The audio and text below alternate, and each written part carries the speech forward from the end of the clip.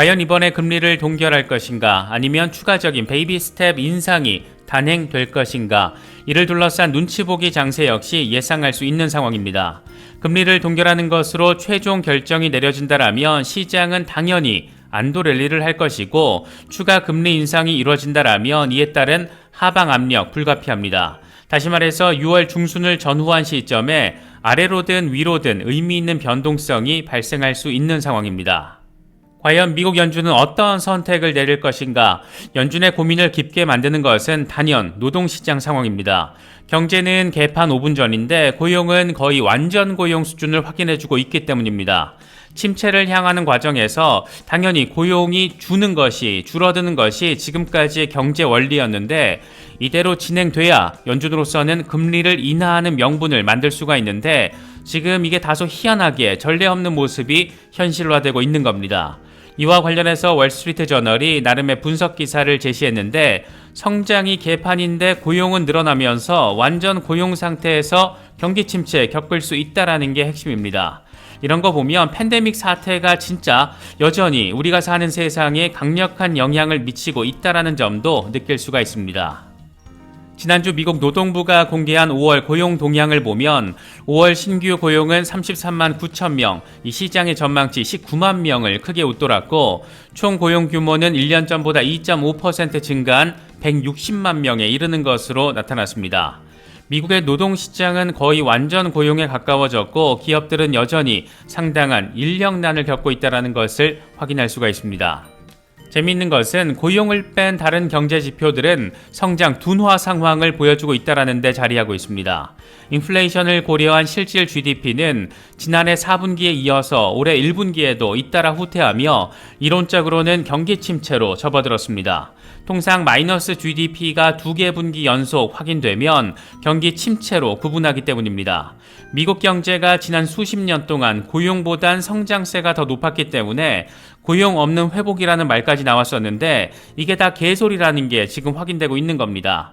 고용보다 GDP가 더 빠르게 올라가야 하는데 지금 GDP는 빠지고 고용은 완전 고용인 정말 정반대 상황이 펼쳐지고 있는 겁니다. 증시 내부적으로는 엔비디아로 상징되는 AI 관련주들이 최근 엄청난 폭등을 경험한 만큼 차익 실현 매물이 어느 정도 나올 것인가, 이 부분 역시 상황에 따라서 시장에는 부담이 될 수 있는 그런 재료라고 할 수 있습니다. 그런데 월가에서 나름 방귀 좀 낀다라는 이 제레미 시겔 와튼대 교수의 경우에는 미국 증시가 하반기에도 상승세를 지속할 확률이 더 높다라고 평가했습니다.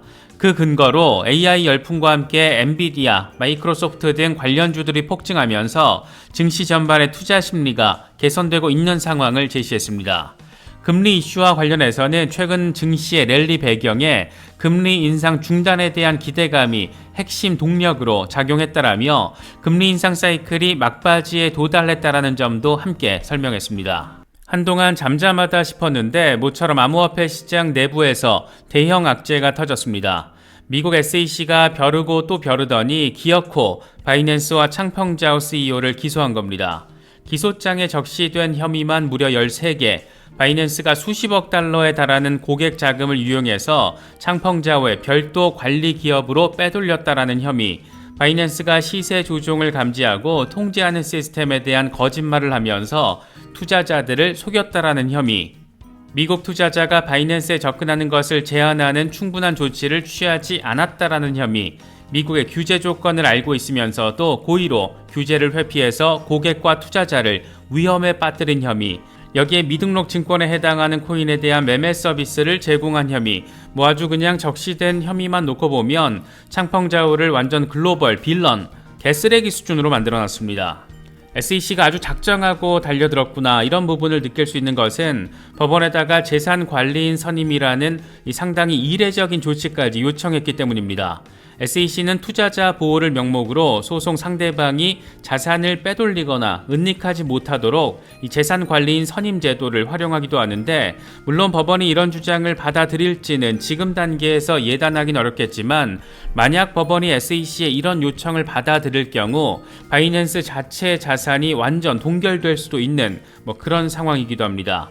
이건 거의 범죄 기관을 대하듯이 지금 바이낸스를 조지려는 의도 아주 선명하게 느낄 수 있는 부분이기도 합니다. 세계 최대 규모의 암호화폐 거래소를 미국 SEC가 직접 그것도 아주 강하게 때린 상황이다 보니까 암호화폐 시장 전반에 대형 악재로 작용하고 있습니다. SEC가 바이낸스를 기소했다라는 소식이 전해지자마자 비트코인은 줄줄 흘러내리면서 다시 25,000달러대까지 후퇴했고 이더리움 역시 간당간당 1,800달러 지지를 받고 있습니다. 이게 일단 크게 빠지긴 한 건데 사실 이 사안 자체의 파급력만 놓고 보면 비트코인이 그래도 꽤 잘 버텨주고 있다, 이런 관점에서도 바라볼 수 있을 것 같습니다. 선물 청산 규모도 어마어마한데 최근 12시간 동안 2억 8천만 달러 규모가 강제 청산된 것으로 나타났습니다. 이 가운데 롱포지션 청산 규모가 2억 6천만 달러 규모로 이번 비트코인 하락이 이처럼 롱포지션 대거 청산에 따른 영향이라는 것 아주 선명하게 느낄 수 있습니다. 최근 석 달 사이 가장 큰 규모가 청산된 것이기도 합니다. 바이낸스는 적극적으로 대응 입장을 밝혔는데 공식 성명을 통해서 이번 소송은 근거가 없는 만큼 법적으로 강경 대응하겠다라는 입장을 밝혔습니다. 이번 SEC 조치에 실망했다. 우리는 SEC 조사에 적극 협조해왔고 규제기관과 다양한 논의를 진행했다. 이런 노력에도 불구하고 SEC가 일방적으로 소송을 제기했다.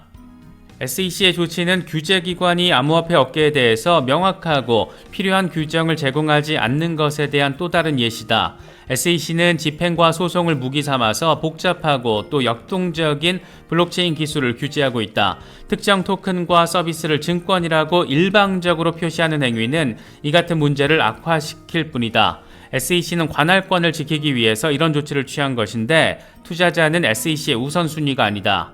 바이낸스 US에 있는 사용자 자산이 위험에 처했다라는 주장은 잘못됐고 바이낸스의 모든 플랫폼에 있는 사용자 자산은 안전하고 이런 주장에 우리는 적극적으로 방어를 할 것이다. 이렇게 강조하기도 했습니다. 이번 SEC의 바이낸스 기소장을 보면 굉장히 재미있는 포인트가 하나 있는데 바이낸스가 미등록 증권 거래 서비스를 제공했다라는 부분을 강조하기 위해서 SEC가 증권으로 규정하고 있는 코인 16개 이름을 목록을 적시한 겁니다.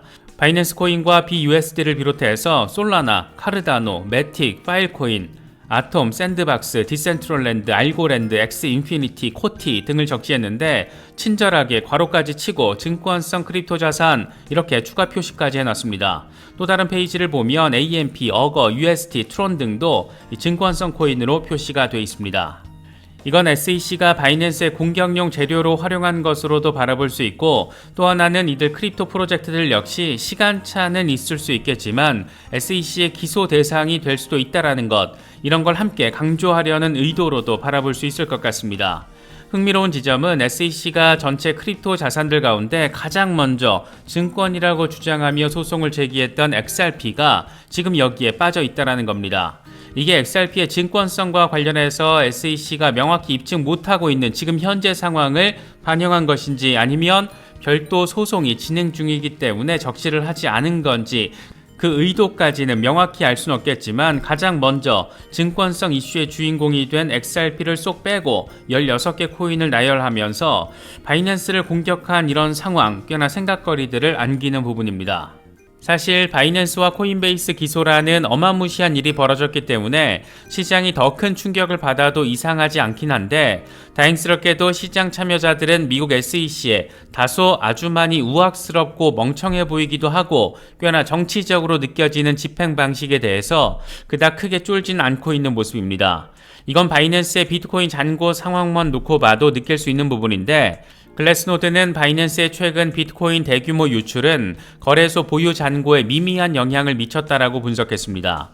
SEC와의 소송에 따른 비트코인 순유출 규모는 1,500BTC, 2억 7,700만 달러 규모로 기록상 15번째로 큰 순유출이다. 최대 순유출량인 43,300BTC와 비교해보면 73% 정도 작은 규모다. 특히 바이낸스 거래소 보유 비트코인 잔액은 69만 4천 BTC로 가장 최고치였을 때가 70만 4,500 BTC였으니까 유의미한 차이는 없다라고 진단하기도 했습니다. 코인베이스 역시 SEC 기소 소식이 전해지자마자 거래소 자금 유출 상황이 벌어졌지만 지금은 어느 정도 진정된 상황으로 전해지고 있습니다. 코인데스크는 암호화폐 기업 정보 플랫폼 이 난센 데이터를 인용하면서 24시간 동안 코인베이스에서 6억 달러 규모의 순유출이 발생했다라고 설명했습니다. 재미있는 것은 13억 8천만 달러가 빠져나갔는데 같은 기간 동안 7억 7,100만 달러는 새로 예치된 겁니다. SEC와의 소송 우려에 거래소 이탈 자금 흐름도 포착됐지만 저가 매수세를 일으킬 법한 자금 유입 흐름도 함께 포착이 된 겁니다. 바이낸스와 코인베이스를 기소한 뒤에 이어지는 SEC의 추가적인 액션도 상당히 골 때립니다. 바이낸스와 관련해서 바이낸스 US를 비롯해 바이낸스 또 창펑자오의 자산 동결 가처분 신청을 SEC가 제출을 한 겁니다. SEC는 창펑자오 등 바이낸스 임원들은 고객 자금을 유용해서 1,100만 달러 상당의 요트를 구매한 것으로 조사가 됐다. 피고는 그동안 바이낸스가 미국 관할권에 속하지 않는다라고 주장하면서 법을 위반하고 규제기관의 관리 감독을 피해왔다. 우리는 고객 자산을 보호하기 위해서 창펑자오가 자산을 빼돌리기 전에 신속히 자산 동결 조치를 내려줄 것을 법원에 요청한다. 이렇게 밝힌 상태입니다. 이게 거의 글로벌 빌런, 완전 개쓰레기로 지금 창펑자오를 표현해 놓은 건데 고작 근거가 15억 원짜리 요트 구매가 제시돼 있다 보니까 이것들은 진짜 뭐하는 존재들인가 그런 생각이 들기도 합니다. 코인베이스의 경우에는 브라이언 암스트롱 CEO가 나름의 결기를 내보이기도 했는데 이번 기소건과 관련해서 우리는 법정에서 업계를 대표해 암호화폐 규칙에 대한 명확한 입장을 밝힐 수 있게 돼서 자랑스럽게 생각한다. SEC는 우리 사업을 검토해서 2021년 상장 기업이 될 수 있도록 허용했다. SEC에 토큰을 등록할 방법이 없고 우리는 증권을 상장하지 않는다. 상장 심사한 대부분의 토큰을 거부하고 있다. SEC와 CFTC는 서로 상충되는 성명을 발표했고 무엇이 증권이고 상품인지에 대한 의견이 엇갈리고 있다. 이로 인해서 미국 의회는 새로운 법안을 도입하고 있고 다른 국가들도 블록체인 기술을 지원하기 위한 명확한 규칙을 마련하기 위해서 움직이고 있다. SEC는 명확한 규칙을 발표하는 대신 미국에 피해를 끼치는 집행 규제 방식을 취하고 있다. 명확성을 확보하기 위해 법원의 도움을 받아야 한다라면 그렇게 하겠다. 이렇게 강조하기도 했습니다. 우 블록체인의 경우에는 바이낸스와 코인베이스 케이스에서 차이점이 존재한다라면서 세 가지를 제시했습니다. 코인베이스 CEO 등 임직원들은 바이낸스와 달리 기소되지 않았다. SEC는 코인베이스의 경우에 스테이킹 사업의 적법성을 지적하는 데 상당 부분을 할애했다. 코인베이스의 경우에는 바이낸스와 달리 금융 관련 비즈니스 관여 금지 내용이 없다. 이렇게 정리를 했습니다. 결국 코인베이스 기소는 토큰의 증권성 여부가 핵심이라고 할 수 있고 바이낸스의 경우에는 아주 싹을 잘라서 그냥 죄다 조져버리겠다. 이런 방향성으로도 바라볼 수 있을 것 같습니다. 이런 와중에 미국 엘라베마주 증권당국은 코인베이스 스테이킹 프로그램이 주 증권법을 위반했다라며 28일 안에 증권법을 위반하지 않았는지 해명하라고 통지했습니다. 엘라베마에서 미등록 증권 판매를 중단하거나 단념하도록 지시해서는 안 되는 이유를 설명을 하라는 건데 뭐가 증권이고 또 상품인지 아직 법적 기준이 없는 상황에서 왜 미등록 증권 판매를 중단하면 안 되는지를 설명해야 하는 상황. 참 이 사공이 많아도 너무 많다고 느껴지는 것은 꼭 기분 탓만은 아닌 것 같습니다. 사실 지금 비트코인의 기술적인 흐름이나 전망보다는 미국 SEC를 중심으로 벌어지고 있는 미친 구판이 어떤 강도를 가지고 어떻게 진행될지가 훨씬 더 중요한 상황입니다. 일단 시간이 갈수록 뭔가 추가로 나오곤 있는 상황인데 SEC가 바이낸스와 창펑자오 등의 자산 동결 요청을 한 것과 관련해서 로이터가 보도한 내용이 눈에 띕니다. SEC가 법원에 제출한 문건을 보면 창펑자오는 마켓메이커 메리트 피크 또 시그나 체인을 통해서 기업 자금과 고객 자산을 함께 보관하고 이걸 마음대로 사용했다.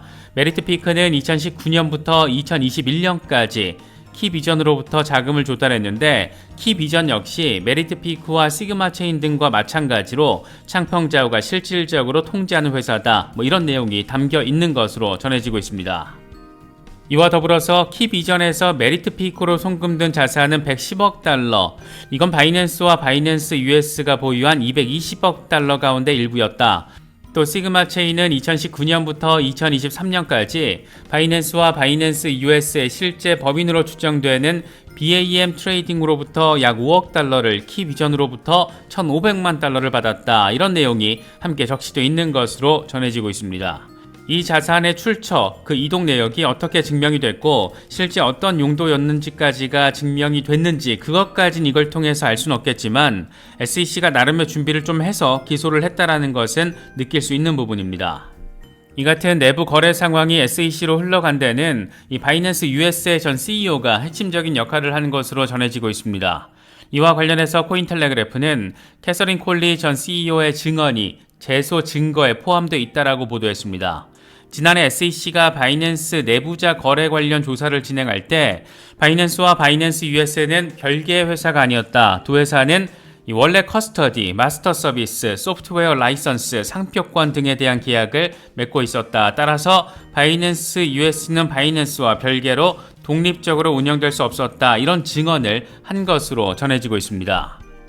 미국 워싱턴 DC 지방법원은 창펑자오에 대한 소환장을 발부한 상황이기도 한데 소환장에 적시된 이 창펑자오의 현 거주지 몰타로 표기된 것으로 전해지고 있습니다. 소환장이 송달되면 21일 안에 서면 답변을 해야 하는데 이와 관련해서 직접 당사자인 창펑자오는 이번 소환은 미국 SEC 준수 프로세스의 일부이고 형식적인 절차일 뿐이다. 내가 직접 소환에 응할 필요는 없다. 이렇게 다소 대수롭지 않은 듯한 반응을 내보이기도 했습니다. 암호화폐 업계의 반발 또는 비판도 이어지고 있습니다. 먼저 업계의 대표적인 로비그룹인 블록체인 협회는 SEC가 법은 제정하지 않고 계속해서 소송만 제기하고 있다. 우리는 때가 되면 법원이 SEC 위원장 게리 겐슬러가 틀렸다라는 것을 증명할 거라고 확신한다. 암호화폐에 대한 명확한 규제가 없다. 우리는 법정에서 SEC와 싸울 것이다. 이렇게 목소리를 높이기도 했습니다. 갤럭시 디지털의 CEO 마이크 노보그라츠는 실질적인 산업 이탈 가능성을 언급했습니다. SEC가 암호화폐 거래소를 대상으로 제기한 소송이 빠른 시일 안에 끝나진 않을 것으로 보인다. 나는 빠른 종결을 기대하진 않는다. 앞으로 몇 달 동안 해당 사건에 대한 정식 소송도 진행되지 않을 것으로 보인다. 갤럭시 디지털은 현재 다수의 사업을 미국 이외 국가로 이전하고 있다. 이렇게 강조하기도 했습니다. 이번 SEC의 동시다발적인 거래소 조직이 상황과 관련해서 그 배경, 그 진짜 의도는 뭘까? 이와 관련해서 소로스 펀드의 CIO의 분석이 설득력 있게 느껴지는 것 같습니다. 던 피츠패트릭 CIO는 이번 SEC의 암호화폐 거래소 제소가 장기적으로 투자자들에게 긍정적인 효과를 안길 것이다. SEC의 조치로 일부 거래소에 대한 투자자의 신뢰도가 떨어지면서 전통 금융회사가 그 자리를 차지할 것이라고 기대한다. 사실 그동안 암호화폐 거래소 운영은 잘못된 점이 많았다. 이번 소용돌이 속에서 전통 금융회사가 암호화폐 업계에서 주도권을 잡아서 이 고객자산 분리 운영이 시행된다라면 투자자들에게는 분명 이득이 될 것이다. 이런 설명을 제시했습니다. 이 같은 설명이 설득력을 더하는 것은 월가에서 세력 자본으로 불리는 대형 기관들이 어벤져스급 팀을 꾸려서 직접 암호화폐 거래소까지 출범시킨 상황이기 때문입니다. 블랙록과 찰스 슈왑, 시타델, 피델리티 등은 이미 올해 초에 암호화폐 거래소 EDXM을 정식으로 출범시켰습니다. 돈이 되는 거라면 영혼도 팔아넘길 돈귀신들이 직접 돈을 모아서 공동 지분을 가진 암호화폐 거래소를 직접 만들어버린 겁니다. 이유는 간단합니다. 새 시대의 먹거리가 될 정도로 엄청난 수익 가능성이 있다라는 게 이미 바이낸스나 코인베이스 등을 통해서 확인이 됐고 이걸 레거시 금융들이 먹어버리겠다라는 의도를 현실화시킨 것으로 바라볼 수가 있습니다. 소로스 펀드 CEO의 말처럼 그동안 규제 당국의 규제 이슈에 적응해오고 그것의 장점과 구멍도 잘 알고 있는 이들 대형 기관들은 SEC가 좋아하는 수준의 고객자금 분리 또 투자자 보호 원칙 얼마든지 만들고 이행할 수 있는 존재들이기 때문입니다. 결국 이번 기소 사건은 약간의 음모론적 관점을 덧붙이자라면 빚으로 국가 경제를 이끌고 있는 정부와 돈으로 세상을 움직이고 있는 월가 세력들의 연합작전, 결탁 양상으로도 해석할 수 있는 여지가 어느 정도는 자리하고 있다라고 바라볼 수 있을 것 같습니다. 사실 지금 상황에서는 비트코인의 기술적인 흐름보다 규제 관련 이슈가 어떻게 또 어떤 강도로 이어질지가 조금 더 중요한 요인이 아닐까 생각됩니다. 이와 관련해서는 미국 SEC가 꽤나 적극적으로 여론몰이를 하고 있는 모습인데 늘 그렇듯이 그 중심에는 우리의 쭈꾸미 대가리 게리 겐슬러가 자리하고 있습니다. 이번에는 바이낸스와 코인베이스 제소 이후에 꽤나 전폭적인 여론전을 직접 벌이고 있는데 월스트리트저널과의 인터뷰를 통해서는 암호화폐 업계만큼 규정을 위반하고 정보를 조작하고 이런 곳이 만연한 곳은 없다, 뭐 이렇게 목소리를 높였습니다. 갠슬러는 지난 40년 동안 금융업계에 종사했지만 암호화폐 업계처럼 규정을 준수하지 않고 정보를 조작하는 곳은 본 적이 없다. 이제 암호화폐 업계는 비즈니스 모델을 바꾸고 공개하기 불편하더라도 투명하게 정보를 공개해야 한다. 투자자들이 가상화폐를 매입하는 이유는 주식과 마찬가지로 가격 상승에 따른 이익을 보기 위한 것이기 때문이다. 그래서 암호화폐 거래소는 뉴욕 증권거래소처럼 운영돼야 한다라고 나는 생각하고 있다. 뭐 이렇게 공격적인 멘트를 쏟아내면서 이빨을 털다가 탈탈 털다가 굳이 하지 않아도 될 법한 그런 멘트까지 내뱉었는데 우리는 암호화폐 기업과의 소송에서 패소해 본 적이 없다. 최근 진행 중인 소송에서 만약 패소한다라면 곧장 항소할 계획이다. 뭐 이렇게 설명했습니다. 리플 이름을 콕 집진 않았지만 리플 소송을 의미하는 것이라고 바라볼 수가 있고 지금 쭈꾸미 대가리, 이 대가리 속에는 리플 소송에서 SEC가 패소할 가능성도 하나의 카드로 주입돼 있다라는 것 느낄 수 있는 부분이기도 합니다. 갠슬러는 외부 핀테크 컨퍼런스에서도 암호화폐 증권 지지자들은 암호화폐가 단순 투자 수단을 넘어서 주요 기능성을 갖고 있다라고 주장한다. 이걸 인정하더라도 투자 계약 측면에서 암호화폐를 증권으로 분류할 수 없는 건 아니다. 투자자는 기본적으로 이 토큰 발행자의 노력에 따른 이익을 기대하며 암호화폐를 매수한다. SEC는 암호화폐 시장에서 일상적으로 일어나는 행위들을 결코 묵과하지 않는다. 암호화폐 업계가 트위터나 TV를 통해서 SEC가 사전 고지 없이 무차별적으로 규제를 한다라는 주장, SEC에 등록하는 것이 애초 불가능하다, 이런 주장은 말이 안 되는 얘기다, 뭐 이렇게 강조하기도 했습니다. 그러면서 이번에도 되게 재미있는 멘트를 더했는데 SEC는 2017년과 2019년 보고서와 지침 등을 통해서 암호화폐 증권성에 대해 명확한 정보를 제공해왔다. 텔레그램, LBRY 사례 등 SEC의 명령, 또 조치, 또 법원 판례도 있다. 이렇게 강조했습니다. 이 띨빠기는 LBRY 사건 재판에서 재판부가 2차 시장 판매 토큰 증권으로 보기 어렵다 이렇게 밝힌 건 왜 이야기를 안 하는 건지, 이게 까먹은 건지 일부러 외면을 하는 건지, 참 이런 상황을 다 알고 있는 우리로서는 갠슬러의 이런 띨빡한 위선 더 직접적으로 느껴지는 것 같기도 합니다. 갠슬러가 밖에서 이렇게 입으로 똥을 싸고 돌아다니고 있는 상황에서 의회는 못하고 있나 뭐 이런 생각이 들기도 하는데 암호화폐 친화적인 의원들을 중심으로 갠슬러를 향한 비난 멘트도 이어지고 있습니다. 똥도 안 닦고 똥만 싸고 다니는 놈이 이렇게 비난을 받고 있는 것은 어쩌면 당연한 것인지도 모르겠습니다. 먼저 하원 금융서비스위원회 리치 토레스 의원은 코인베이스에 대한 최근 조치는 집행에 의한 규제, 지독한 예시다. 프레임워크를 개발하고 있는 과정에 있는 의회에 대해서도 이 모독에 해당한다. 갠슬러의 법에 대한 견해는 끊임없이 변하고 있다. 한때 그는 암호화폐 치어리더였지만 지금은 회의론자로 변했다. 자신을 정치적 영웅으로 묘사하기 위해서 암호화폐를 악당으로 설명하고 있다라고 비판했습니다. 대표적인 크립토 친화적인 의원 신시아 루미스 상원 의원의 경우에도 이 최근의 규제는 FTX 붕괴를 막지 못한 것에 대한 시선 돌리기 위한 차원의 조치다. 적절한 소비자 보호를 제공하면서 명확성을 제공하고 규제 격차를 메우고 혁신을 촉진하기 위한 디지털 자산 규제를 위한 이 법적 프레임워크를 마련해야 한다. 이렇게 강조하면서 이에 대한 토론 초안을 발표하기도 했습니다. 이런 상황을 종합하면 지금 게리 갠슬러는 SEC 위원장이라는 자리를 활용해가면서 사실상 법 위에서 무법자 행세를 하고 있다.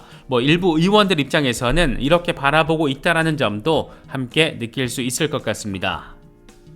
미국이 SEC를 중심으로 암호화폐 규제 속도를 올리고 있는 가운데 참 재미있게도 러시아 최대 은행인 스베르방크는 6월 안에 암호화폐 거래 서비스를 제공한다. 이런 소식을 직접 밝혔습니다.